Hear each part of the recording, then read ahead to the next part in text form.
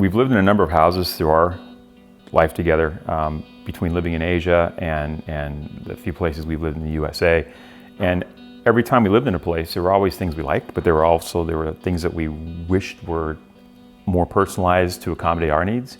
And when we finally moved back to the States and bought our house, we thought, that's just great, and this is where we want to live in. And we lived in it and realized that it wasn't. And as we just continued on that voyage, it was evident that nothing we found did what we wanted to do. We knew that building was going to be a huge endeavor, and we were concerned about what a big project it was going to be. And we looked and looked and looked to see if there was a house, some house somewhere that was already built that would suit our needs, and we couldn't find anything that would work for us. And so we finally gave up and decided to actually build.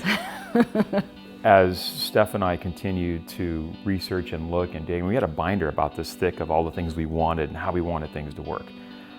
We knew what we didn't want, which was a spec house. We knew it wasn't about expensive finishings and expensive furnishings and all the expensive things that make it look pretty, but it doesn't function right.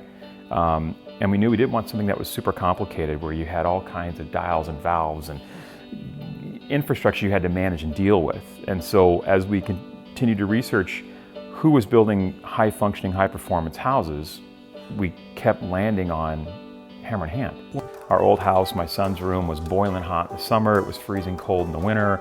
We were always futzing with thermostats and trying to regulate heat upstairs, heat downstairs, cool upstairs, cool downstairs. It was painful. Normally in the fall, in our previous house, I would wake up in the morning, I would wake up cold, and I'd get in the shower and I'd get out and I'd be cold, and I'd run around the house and I had my thick sweater on, and then I'd get in the car.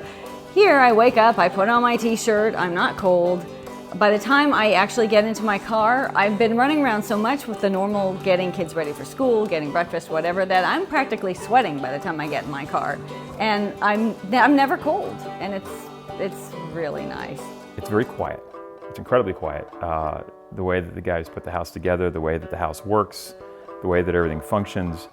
It's when you close it all up and everybody's inside, and no matter what's going on outside, we don't hear it, we can't tell. It's amazing.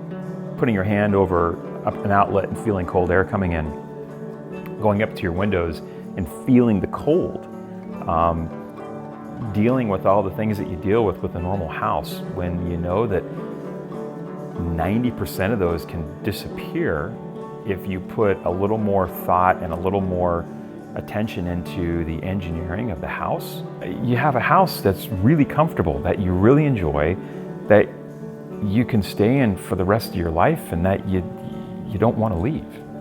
I don't know if I can say that for any other houses I've ever lived in.